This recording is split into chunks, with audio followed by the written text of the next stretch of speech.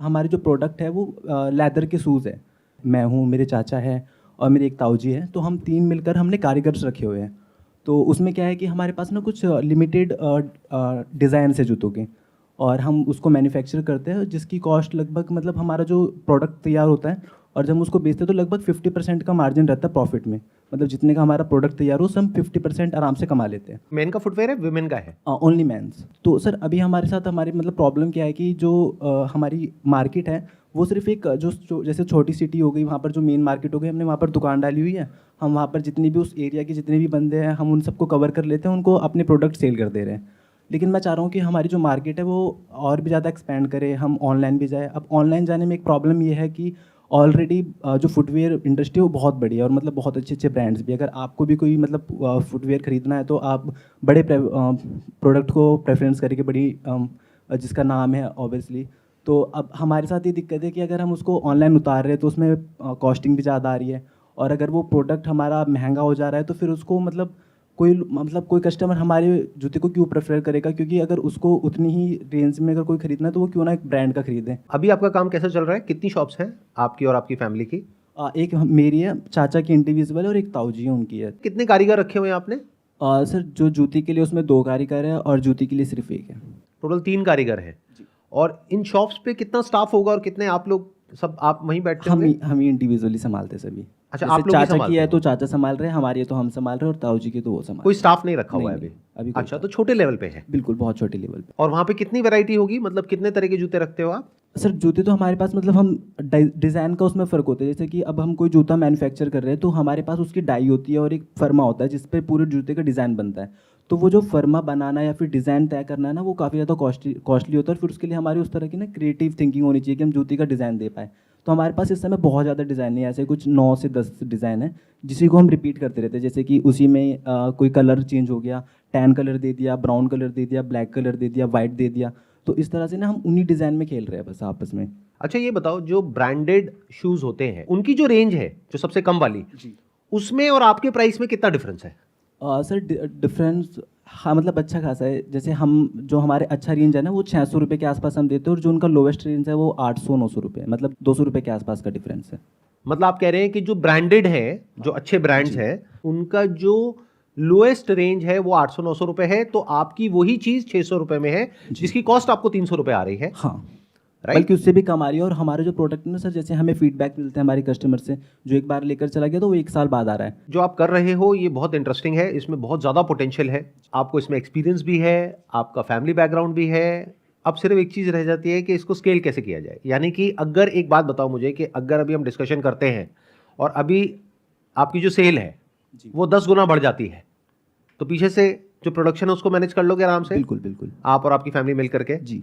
तो वो प्रॉब्लम नहीं है। नहीं। Right? Supply is not a problem, demand is problem. जी। अभी ऑन एन एवरेज कितनी सेल हो रही है आपकी शॉप पे महीने की? हमारा प्रॉफिट हो जाता है लगभग 25 से 30 हज़ार के आसपास। तो सेल हो जाती होगी मे बी लाख रुपए के आसपास। जी। तो अब इसको आराम से समझते हैं कि इस बिजनेस मॉडल को कैसे क्रैक किया जाए। Number 1 is online. देखो, ऑनलाइन जैसे ही आप जाते हो ना, तो उसमें क्या हो जाता है कि अभी आपकी एक शॉप है जो एक पर्टिकुलर एरिया में है, वो भी छोटी सी है, जी। वहां पर वहीं आसपास के लोग आ रहे हैं। The moment you go online, तो एक तरीके से ये मान लो कि वो छोटी सी दुकान आपकी खुल गई एक बहुत बड़े मॉल में, और वहां पर डेली के लाखों लोग आ रहे हैं। अब आप कहोगे कि वहां पे कंपटीशन है, विच इज अ फैक्ट कि भाई बहुत कंपटीशन है ऑनलाइन में। उसके बावजूद भी बहुत सारे लोग हैं जो ऑनलाइन में बहुत पैसा कमा रहे हैं, और बहुत सारे हैं जो ऑनलाइन में अपना स्टोर खोलते हैं मार्केट प्लेसेस में और वो बंद हो जाता है, नहीं कर पाते हैं। मतलब वहां भी जो सक्सेस रेशियो है दैट इज 90-10। 90% ज्यादा टाइम तक सर्वाइव नहीं कर पाते हैं, 10% ही कुछ बड़ा कर पाते हैं, और उस 10% में से भी 1-2% होते हैं जो कुछ बहुत बड़ा कर पाते हैं।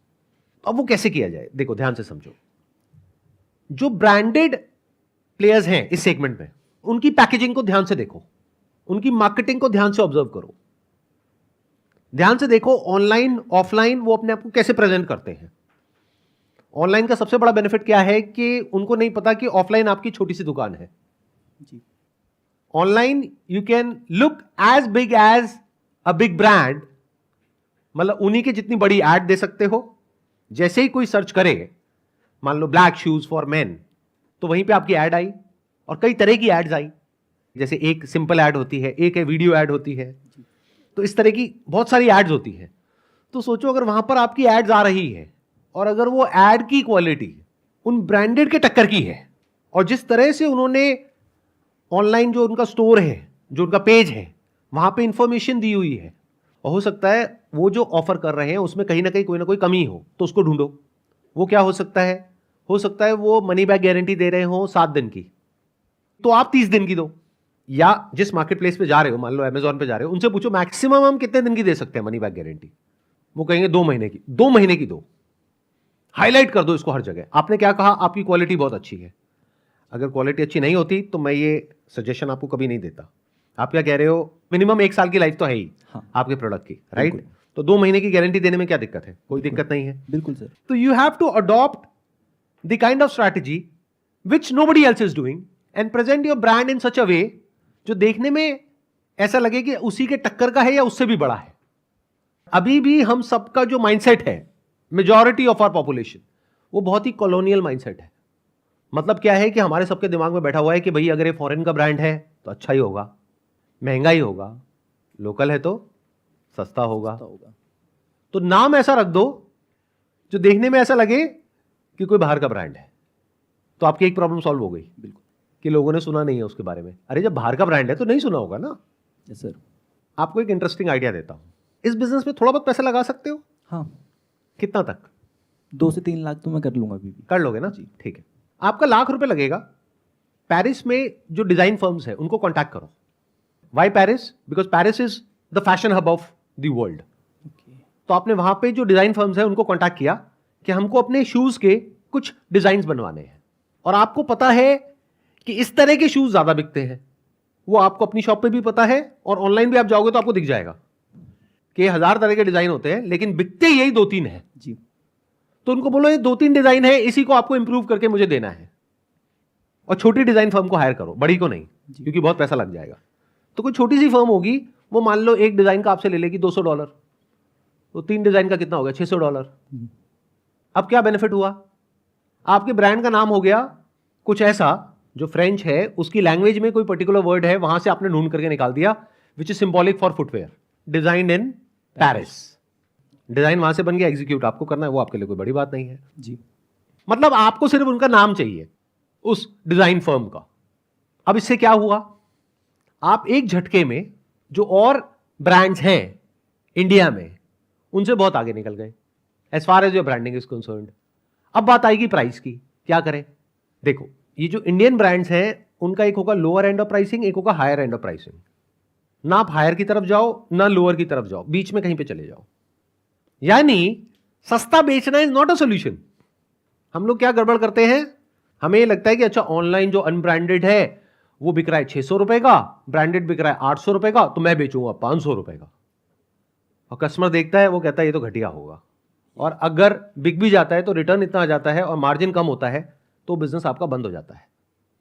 ऑनलाइन में याद रखो, आपको मार्जिन बहुत अच्छा चाहिए, ऑफलाइन से ज्यादा चाहिए, क्योंकि ऑनलाइन में बहुत सारी ऐसी कॉस्ट होती है जो अभी आपको पता ही नहीं है। जो मार्केट प्लेस है उसका अपना कमीशन है, रिटर्न है, उसके अलावा एडवर्टाइजिंग कॉस्ट है। तो इन सब कॉस्ट को जब आप फैक्टर इन करते हो तो आपको समझ आता है कि ऑनलाइन में जो खर्चा है वो बहुत ज्यादा है उससे जो ऑफलाइन में है। तो उसके लिए आपको मार्जिन भी तो अच्छा चाहिए। अब मार्जिन अच्छा कैसे मिलेगा? जो मैं आपको बता रहा हूं। आपने क्या किया? आपने अपने इस प्रोडक्ट को प्राइस किया ना तो बहुत ही कम ना बहुत ही ज्यादा, बीच में कहीं पे प्राइस कर दिया। मान लो उनकी जो टॉप रेंज है वो बिकती है 2000 की, लोअर रेंज है वो बिकती है 800 रुपए की, तो आपने रखा 1200 रुपए, जो अफोर्डेबल भी हो और लोगों को लगे कि यार 800 रुपए का ये है, मेरे को 400 रुपए और देने हैं, मेरे को पेरिस का ये ब्रांड मिल जाएगा। अब ये सोचो कि जो भी कैंपेन है उसमें ऐसा क्या इंटरेस्टिंग आप कर सकते हो जो देखने में ऐसा लगे कि ये एक्चुअल में कोई बहुत बड़ा ब्रांड है। क्योंकि देखते ही ना हमारे माइंड में एक इमेज क्रिएट होती है कि ये ब्रांड बढ़िया है, घटिया है, सस्ता है या महंगा है। तो माइंड में क्या आना चाहिए? ये तो बहुत महंगा है। फिर जैसे ही बंदा प्राइस देखे कि यहां पे लिखा हुआ है 3600 रुपए और काट करके 1200 रुपए, तो सामने वाले को ये लगेगा कि मेरे को इतने की बचत हो रही है। अच्छा, 3600 की चीज मेरे को 1200 में मिल रही है। सर यहाँ पर एक चीज़ और भी कर सकते हैं कि जैसे हम हमारा जो है ना वारंटी अभी भी देते हैं। हमारे कस्टमर्स को हम 1 साल की वारंटी देते हैं कि अगर तुम्हें कोई भी प्रॉब्लम है आप लाकर हमें दे सकते हैं, क्योंकि हमारे पास तो कारीगर बैठा है, अगर उनको कोई भी दिक्कत है इस तरह की तो हम उसको रिप्लेस करा देते हैं, उस पर मतलब उसको रिपेयर करा कर उनको वापस कर देते हैं। उससे कस्टमर की जो ट्रस्ट है ना वो हमारे पर बढ़ता है कि भाई इनका जो प्रोडक्ट है वो अच्छा है। जब हम बेच रहे होते हैं ना तब भी हम बताते हैं कि 1 साल की वारंटी है, तो 1 साल तक तो हमारी तरफ से कहीं नहीं जाने वाला, बाकी और भी चल जाएगा तो वो आपके ऊपर है। This will make you different from all other players in the market, और बाकी लोग ये नहीं कर सकते। देखो, एक नए ब्रांड का फायदा क्या होता है, एक छोटी कंपनी का फायदा क्या होता है, आप मार्केट को डिसरप्ट कर सकते हो। आप मार्केट में कुछ ऐसा कर सकते हो जो बड़े प्लेयर्स नहीं कर सकते, क्योंकि वो जो बड़े प्लेयर्स हैं उनकी रेवेन्यू है मान लो 1000 करोड़ की, जहां उन्होंने छोटी सी भी छेड़खानी करी तो उनको 200-300 करोड़ का नुकसान हो जाएगा।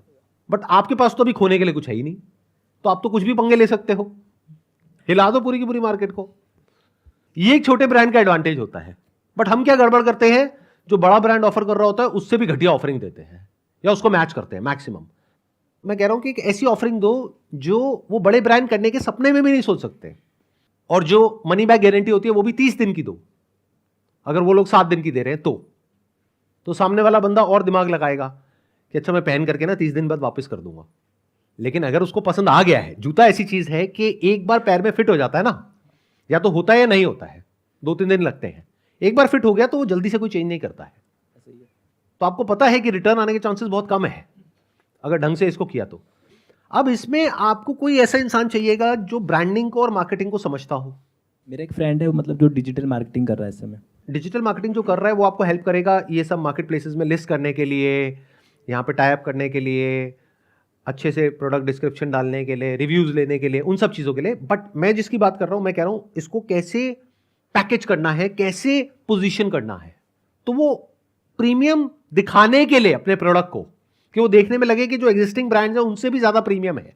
उसके लिए आपके पास में 2 ऑप्शंस है। एक तो ये कि कोई ऐसी डिज़ाइन फर्म को हायर करो जो बहुत बड़ी ना हो, लेकिन वो जो बंदा है उसने बड़ी बड़ी डिज़ाइन एजेंसीज में काम किया हो, तो वो आपसे लेंगे मान लो 20-30 हज़ार रुपये, 50 हज़ार रुपये। अब ये सुनने में आपको बहुत बड़ा लगेगा, आप कहोगे 50 हज़ार रुपये पैकेज का डिज़ाइन बनाने का, मतलब पैकेज का नहीं, जो डब्बा है उसकी कॉस्ट तो अलग है, सिर्फ डब्बे का डिज़ाइन बनाने का, लोगो बनाने का, मान लो वो 1 लाख रुपए आपसे ले रहा है, और आप और आपके जो फैमिली मेंबर्स है वो सब क्या कहेंगे कि ये तो बहुत महंगा है, लाख रुपए उसको देने की क्या जरूरत है, वो हमारे पड़ोस में बैठा है ना प्रिंटर, वो 2000 रुपये में कर देगा ये सारा काम, उसी से करा लो। तो आप समझे क्या गड़बड़ हुई। आप ये नहीं समझ पाए कि ये एक इन्वेस्टमेंट है, ये कॉस्ट नहीं है। कॉस्ट में और इन्वेस्टमेंट में फर्क होता है। Packaging is not different from product. Product तो ऑनलाइन से उनके घर में बाद में पहुंचेगा, बाद में उनको समझ आएगा। अरे परसेप्शन तो पहले ही बन जाएगा देख करके, and based upon that perception या तो वो रिटर्न करेंगे या नहीं करेंगे। तो आपका पूरा बिजनेस मॉडल टिका है how you present yourself, how you package the product. इसके लिए आपको कोई बढ़िया बंदा चाहिएगा, और मैं बता रहा हूं अगर वो बढ़िया बंदा होगा, देखो अगर बहुत बढ़िया होगा तो वो तो 5-10 लाख रुपए लेगा आपसे, और अगर कोई जैसे मैं बता रहा हूं कोई मिड लेवल का बंदा हो लेकिन उसका काम ऐसा हो जो आपको देख करके समझ आ रहा है कि हाँ एक बड़े ब्रांड वाली फील आ रही है, तो वो ₹1,00,000 रुपए में इस काम को कर देगा। समझ गए। तो ये ₹1,00,000 को कॉस्ट मत समझ लेना, ये most important part of the business है। इसी वजह से लोग कुछ बड़ा नहीं कर पाते हैं क्योंकि वो खुद करते हैं। ये बहुत बड़ा सीक्रेट है जो मैं आप लोगों को बता रहा हूं। बिना किसी ब्रांड का नाम लिए मैं आपको एक बात बोल सकता हूं पूरे कॉन्फिडेंस के साथ कि जो भी ब्रांड्स आपके दिमाग में छपे हुए हैं, जैसे फॉर एग्जांपल मैं बोलता हूं ब्लूटूथ हेडफोन, तो कोई ब्रांड आता है माइंड में? आता है ना? उसकी पैकेजिंग कैसी है, उसकी ब्रांडिंग कैसी है, कैसे उसने अपने आप को पोजीशन किया हुआ है, कैसे आपके माइंड स्पेस को कैप्चर किया हुआ है, ये जो सारा खेल है ये डिजाइन का है। It is all designed. तो इस पूरी स्ट्रैटेजी को क्रैक करने के लिए आपको क्या चाहिए? एक ऐसा इंसान चाहिए जो डिजाइन को समझता हो, जिसको उसमें 5-10 साल का एक्सपीरियंस हो लेकिन अभी फ्रीलांसिंग कर रहा हो, या फिर मान लो आपके सर्कल में कोई है जो बड़ी एड एजेंसी में काम कर रहा है और वो पार्ट टाइम बेसिस पे ये कर दे आपके लिए, और वैसे ही 50-60 हज़ार रुपए ले ले। ऐसे बहुत लोग मिल जाएंगे। फिर आपको चाहिए जो प्रिंटर जो उसको एग्जीक्यूट कर सके उस डिजाइन को, वो डिजाइनर ही आपको बता देगा, या फिर आपको ढूंढना पड़ेगा कि दिल्ली एनसीआर में सबसे बढ़िया प्रिंटर्स कौन से हैं जो इस तरह की प्रिंटिंग करते हैं। तो ये हो गया पैकेजिंग का पार्ट। फिर आपको चाहिए एक ऐसा इंसान जो कि ये ऑनलाइन मार्केट प्लेसेस का जो पूरा का पूरा मॉडल है इसको अच्छे से समझते हैं, तो entrepreneurship is all about bringing things together. ध्यान से सुनना, ध्यान से समझना। मैं दोबारा से रिपीट करूंगा इस बात को। आप लोगों के माइंड में क्या गलतफहमी बैठी हुई है कि वो लोग जो बिजनेस में बहुत पैसा कमाते हैं उनमें कुछ एक्स्ट्राऑर्डिनरी होता है। अरे नहीं, एक्स्ट्राऑर्डिनरी आप में होता है। वो लोग जो जॉब करते हैं, ये बात समझ आई? Yes sir. जैसे स्टीव जॉब्स एप्पल के को फाउंडर जो थे, उनमें खुद में कुछ भी एक्स्ट्राऑर्डिनरी नहीं था, बट उनको यह पता था कि जो सामने वाला इंसान है जो उनके वहां पे काम कर रहा है उसमें क्या एक्स्ट्राऑर्डिनरी है। तो हर डिपार्टमेंट में एक्स्ट्राऑर्डिनरी लोगों को साथ में कैसे लेकर के आना है, ये एक एंटरप्रेन्योर का रोल होता है कि जो बेस्ट इंसान है उस पर्टिकुलर एस्पेक्ट ऑफ बिजनेस में उसको कैसे हायर करना है, या तो फुल टाइम बेसिस पे अगर आप बड़े हो तो, अगर छोटे हो तो कैसे उससे काम करवाना है।